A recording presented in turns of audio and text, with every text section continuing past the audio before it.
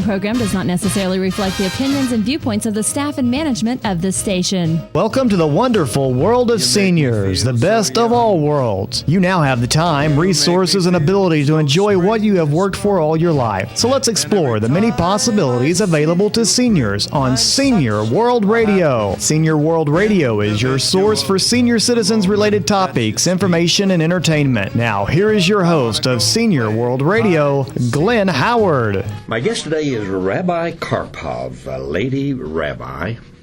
First time I've ever had the opportunity to interview a lady rabbi. In fact, when I hear about a rabbi, my mind tends to go back to Fiddler on the Roof, where the rabbi is an elderly gentleman with a beard and a wise man who has all the answers. So it was quite exciting when I got a chance to interview a lady rabbi, and some interesting stories that I've heard you tell. I just wanted to get a chance to talk to you about it today. Welcome to the show. Thank you so much for having me.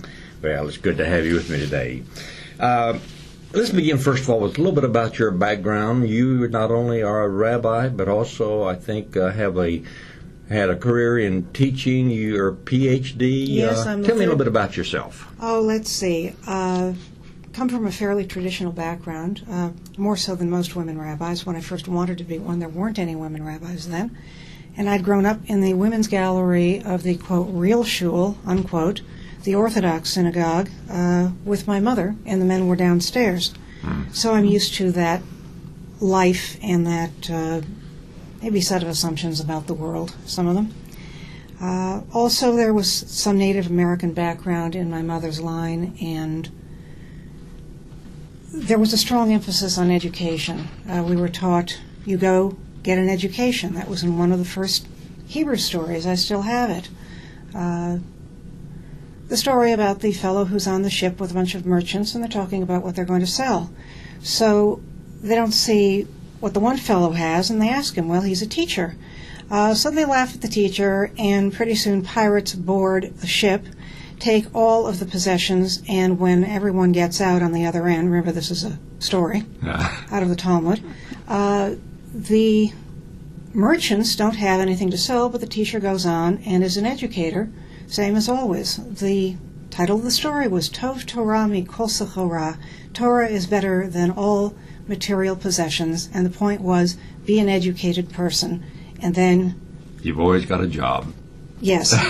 Well, I've done a stint in the careers industry trying to bridge that gap, but that's another story. But yes, we valued education, and they told me that I would get a doctorate, and that's what I did. Mine's in English with a writing emphasis, but also all of the requirements for literature from the University of Wisconsin, and I started teaching there many years ago. The idea of being a rabbi, of course, Jewish people I know very committed, and the rabbi is held in very high esteem. Oh, you'd be surprised. I would wonder, though, about being a lady rabbi. Did you have some friends that suggested that really is no job for a woman, or were you kindly accepted into it? Well, I first wanted to be after my bat mitzvah, and there weren't any women rabbis then. I really had a sense of calling, and my mother, of blessed memory, who had educated me, taught me to chant Torah and Haftorah when women were not doing that. We had the bat mitzvah so I could do that in my late uncle's temple. She said, oh no, please don't. She'd urged me to get a doctorate, possibly as an MD, but at least a PhD. She said, don't, because the relatives will think I thought it was okay.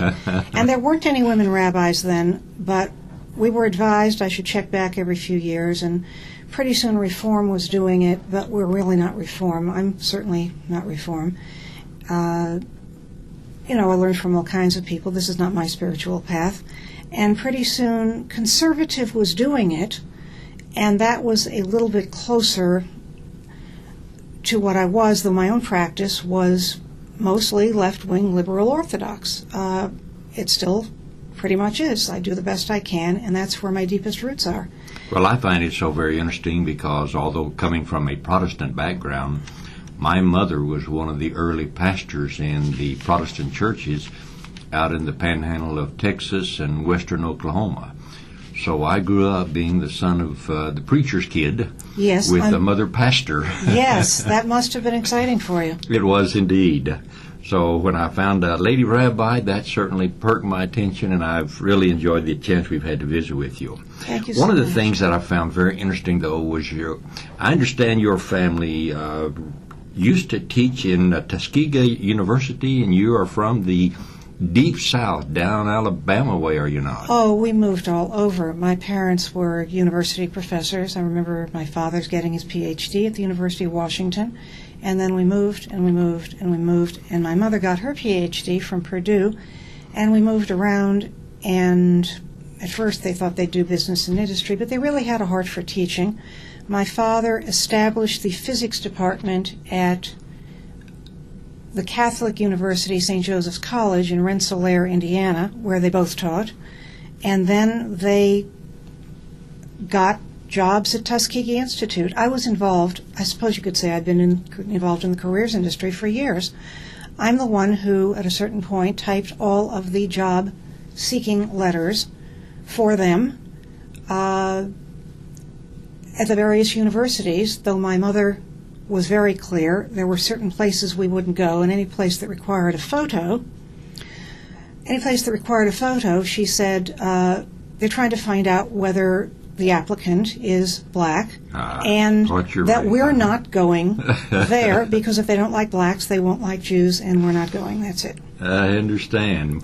As a Jew, of course, a very light-skinned Jew, comparison to blacks living down in Alabama, were you looked at as a novelty, or was there genuine appreciation? Now, this was back in, what, the 70s? This was the early 70s. Yeah, okay.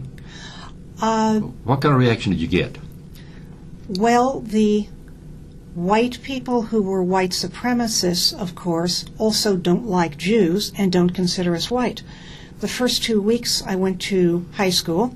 This is in another town where we lived, as opposed to Tuskegee, where they had only just started integrating with busing and things. I got bussed in with all the blacks and my sister and myself and an Italian. In other words, all the blacks plus 3 people who formerly in the U.S. would not have been considered exactly white. This business of considering Jews white in the U.S., it's fairly recent. Mm-hmm. It is fairly recent. You look in Faulkner, there's this reference to it. Anyway, we got bussed in, and for the first 2 weeks there was several young men I went to school with who were white, and they made me to understand every day that I was not white, I was not one of them. Okay, at a certain point, you make a decision. Here I am in the line with my lunch tray. Here are the white kids, the black kids, the white kids, the black kids. I'm not going to try to be, I don't want to be with, picked up my tray, and most of my friends that year as a group were black, though I had individual friends who were white, and it was an interesting year. I want you to understand, my parents didn't set out to have careers in the historically black colleges and universities because they wanted to go do a good deed or help the downtrodden or something. They were looking for jobs for university teaching. They had ruled out any place that was going to be likely stone racists. This is what opened up, and that's where we went. On the other hand, it was, I suppose in retrospect, it was not unexpected. As a child, I knew the map of Africa. We had Basenji.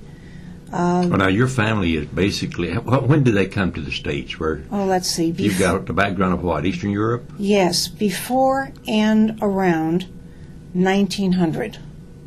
Before and I knew my father's grandparents of blessed memory, and they had come over, and they were union organizers. They organized the first Jewish bread bakers union in America, and we have people like them to thank that we don't have to work 16-hour weeks because they organized. All right, that's my father's side. My mother's side, there were things going on in the 60s, and what she said about blacks, actually, she said, be nice to those people because they were slaves to Pharaoh in Egypt, too. Right. Also, when the police started beating black youth and it made the papers, she was holding up the Seattle Times and pointing to the picture, and she was raising her voice. as I am now. This was not nothing. You do not do that to people. All right. And that was the 60s. and the early 70s, we happened to end up in this job, I suppose because we were not ruling it out, and it was a career path. She was well liked. Hey, she was loved. How did the black students respond to you? Did they see you as one of them, or did they see you coming from Eastern Europe and being a Jew as a part of the white group, or what was their attitude towards you? They didn't have that sense of history, I don't think. I mean, there were immediacies. George Wallace was governor. Right. They had only just recently integrated.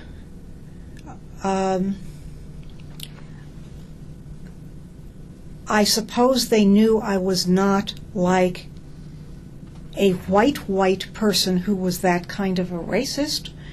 At a certain point, there were the kinds of tensions, like a bunch of them wanting to go and protest, and I offered to go with, but they wanted only them, and that makes sense because if they had changed something on my account, that would not have been empowering them. Do you think they related to you at all because of the Holocaust, what the Jews had come through, and all of the tragedies in Eastern Europe? You know, now that you mention it,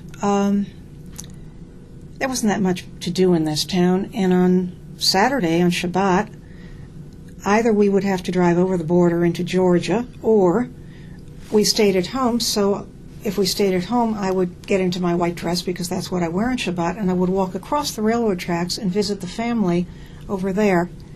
There was a Mrs. H, I'll call her, and at the point where I said I was Jewish, it's like, okay, she understood, that's code for a lot of stuff. And she opened up about a lot of what was going on with some of the police behavior and other civil behavior that was going on. They knew I had a good heart. Some people are going to be prejudiced no matter what you do, and no, they were real friends. Rabbi, this is so fascinating. We're going to have to take a break in just a moment, but I'm really enjoying hearing the stories about what it would have been like. I lived in Oklahoma City in the late 50s and early 60s when there were a lot of difficulties here. Yeah. But I basically tried to stay out of it as much as I could. But to see someone like you, I find that a very fascinating experience. We got to take a break, though. I'm Glenn Howard, Senior World Radio, visiting with Rabbi Karpov. We're coming right back in just a moment, so please don't go away. You're nobody till somebody loves you. Have you ever had a problem, but it seemed like there was no one who could help? You spent hours calling around, being referred from one place to the next. Well, not anymore. I want to tell you about a free and easy-to-use service in Oklahoma. 211 is a simple 3-digit phone number to get help or to give help when you don't know where to turn. Dialing 211 only takes a minute, and you are connected with a caring Oklahoman who will help you find the assistance you've been looking for. With access to over 13,000 programs, Heartline 211 can connect you to local resources for many different needs, including health care, food, counseling, rent assistance, disability assistance, job services, and much more. 211 is a service of Heartline, a United Way partner agency. 211, the right first call to get help or give help 24 hours a day. Hi, my name's Jason Ledlow, president of UT Phone, the ultimate telephone service. We're proud to be a sponsor of Senior World Radio with Glenn Howard. UT Phone is dedicated to providing Oklahomans affordable telephone service all across our great state. We have Lifeline home phone service starting at just $1.95. That's right, just $1.95, and most of Oklahoma's seniors qualify for this reduced home phone service. They get to keep their old home phone number, and it even includes long distance. Another great feature of UT Phone's customers really like is that it includes repair service. That's right, any repairs at no additional charge. With many telephone services charging $40 to $50 per month, it makes sense to switch your service to UT Phone. This service is a federal program that is provided through the Universal Service Fund. There is only one per household, so make it UT Phone's home phone service for $1.95. Give us a call at 800-996-0098. Again, call 800-996-0098. I've made up my mind. Welcome back to Senior World Radio. I'm Glenn Howard. Today visiting with Rabbi Karpov, a lady rabbi. We were talking in the last session about her experiences living in Tuskegee University down in Alabama, working through a lot of the civil rights issues and being very active in trying to achieve civil rights and I like your comment about as a Jew you relate very much to coming out of slavery. In fact, I think the basic theme of Judaism is we were slaves in Egypt and God brought us out with a strong hand. That is the master story, and every Shabbat, that is the mantra in many, many, many prayers. You can't forget that. And one of the things it says in the morning prayers, where it praises God, one of the things he does is releases the bound. You see somebody who's having a hard time, you have to help them up. Interesting. There were a lot of Jews involved in the civil rights movement who marched in Selma, those freedmen boys who got shot, who got killed by the police. They were Jewish. There was a lot of, especially post-Holocaust, after what happened, this is how a lot of us took out the grief. We can't do anything for our relatives, but if we see something, you can do something for somebody else. You can do something for somebody. Like that. So is that what was responsible for helping you make quite a transition in your life? In fact, getting into doing missions work with the American Indians. You spent some time, I believe, did you not, on a reservation working among the American Indians. How did they come about? I don't know that I'd call it mission work. I lived in California. Someone invited me to a sweat lodge to pray about Big Mountain. I prayed about that, and I went. As I say, there's this Jewish tradition, especially post-Holocaust, about you see some injustice being done. You can't say nothing. You had to say something.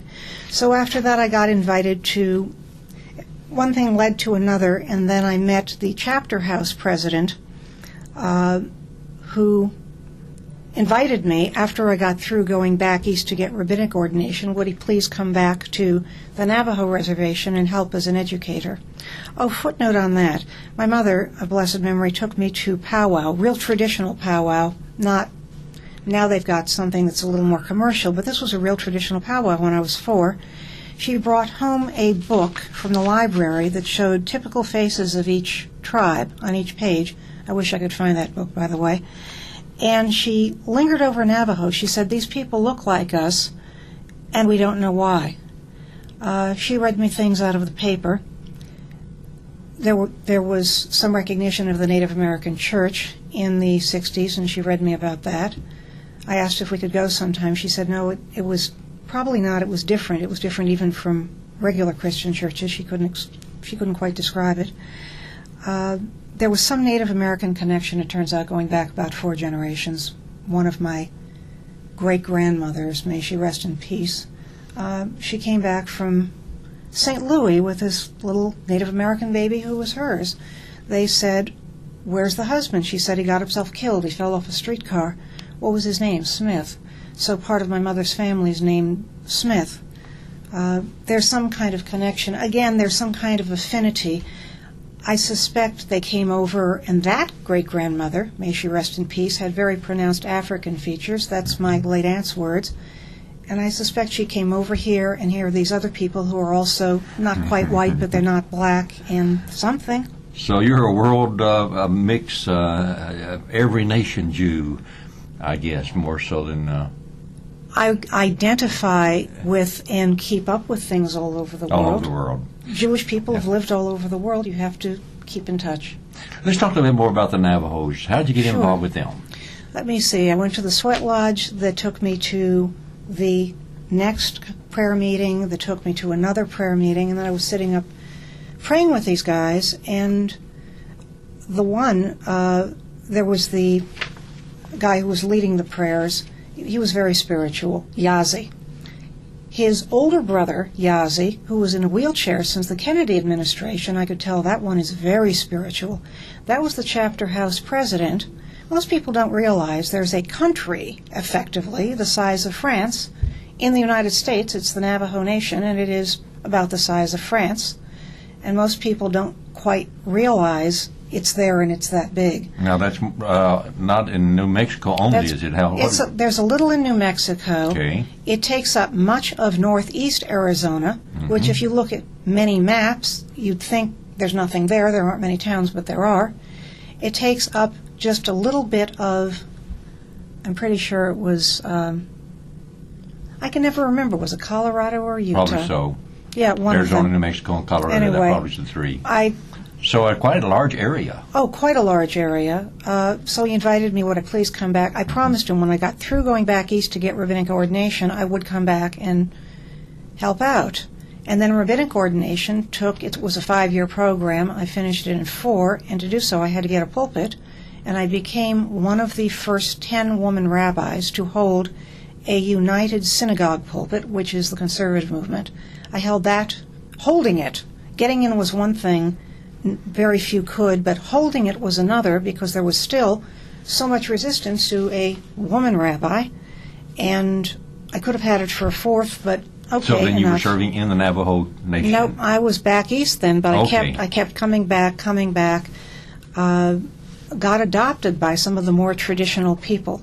In fact, the further I went into more traditional areas, maybe with people who didn't speak English and were very traditional, the more we resonated spiritually and the more they wanted me in the prayer meeting.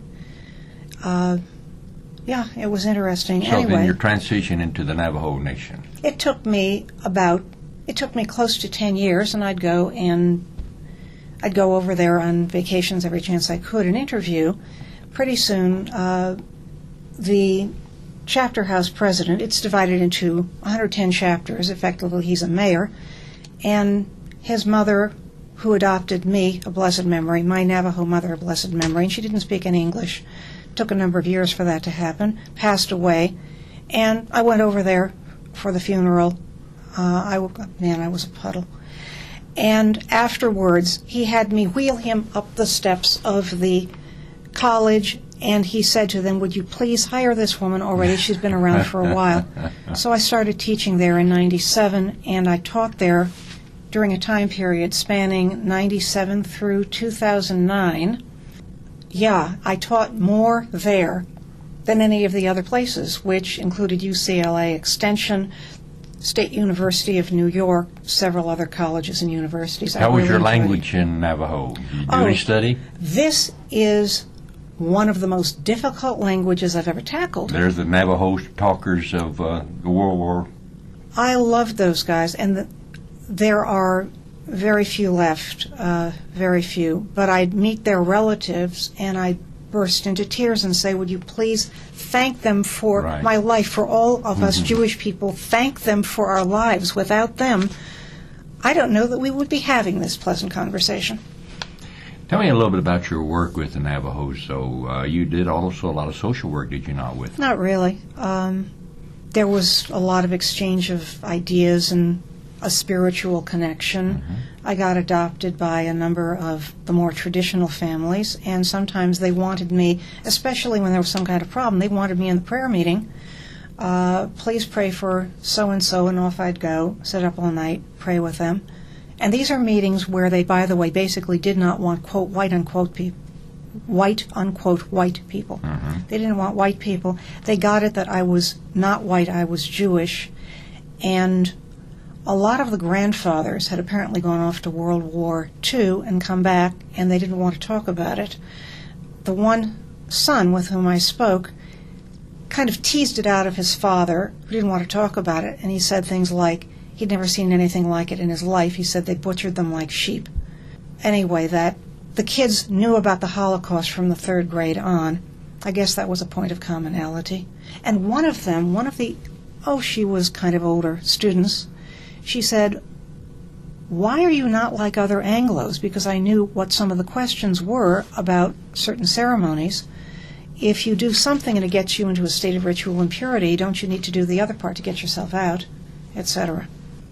Some of the customs were so similar, you could barely tell them apart. I showed the traditional Orthodox book explaining some of these customs, especially around death. With a couple of exceptions, you could barely tell them apart. Rabbi, we've only got about a minute left. This has been so fascinating. I would have loved to do another show with you sometime and really talk about the whole Middle East situation, about Israel, the restoration of Israel in 48, and particularly the experiences that Israel's having right now with the attacks literally coming from all directions. In fact, some of the things even some of the European countries are doing right now in opposition to it, as well as the rise of anti-Semitism. Are you experiencing any anti-Jewish comments real briefly since being dressed as a rabbi? People quickly recognize who you are. Is that becoming a problem for you now here? Not so much. In fact, when Rabbi got shot, the Christians in that town, they were so wonderful. They kept walking up to me on the street and saying, "I am so sorry for your loss." No, in general, no, that's not quite how it works. What I get is, I get the burden of how to beef up security in the last 20 years, since these things started happening, and at the same time not freak out the congregants. For example, after that Seattle bombing, I was doing the Jewish Center of Indian Country at the time. There was this whole wide patch between Albuquerque, which had rabbis, and Flagstaff, which had one who kept coming in and out, and then down in Phoenix there were a bunch, but I had this wide spot in the road in the middle. And off I went to the meeting in Albuquerque with Homeland Security and the police and everybody else, how to beef up security around Jewish institutions and individuals, and they had that all over the country. Unfortunately, Rabbi, that's got to be a topic for another day. I'm Glenn Howard, Senior World Radio. We've been visiting today with Rabbi Karpov, a very interesting lady with a lot of very interesting experiences. She's teaching right now up in Langston University. In fact, I'm an assistant professor of English at Langston, and I'm very grateful to be here. I had the privilege of driving up to the university and getting a chance to interview her. Anyway, we got to go. We'll see you the same time next week. Until then, be good to everybody you know, especially to yourself. We'll see you next week, the same time. Bye-bye now. I'm on the top of the world, looking down on creation, and the only explanation I can find is the